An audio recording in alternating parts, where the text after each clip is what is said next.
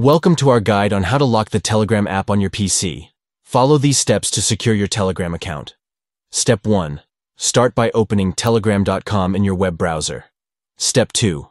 Locate the three lines icon at the top left corner of the screen and click on it to access the menu. Step 3.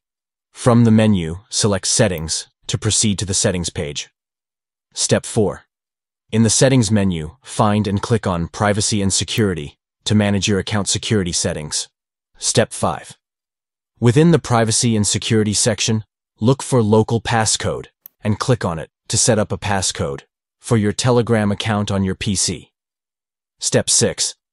Enter your desired passcode in the provided field to protect your account from unauthorized access. Step 7. Re-enter the passcode to confirm and ensure accuracy. Step 8. Once you've entered and confirmed your passcode, click on Save Passcode to secure your Telegram account with the newly created passcode. By following these steps, you can enhance the security of your Telegram account on your PC by setting up a local passcode. This additional layer of protection helps safeguard your personal information and conversations within the app.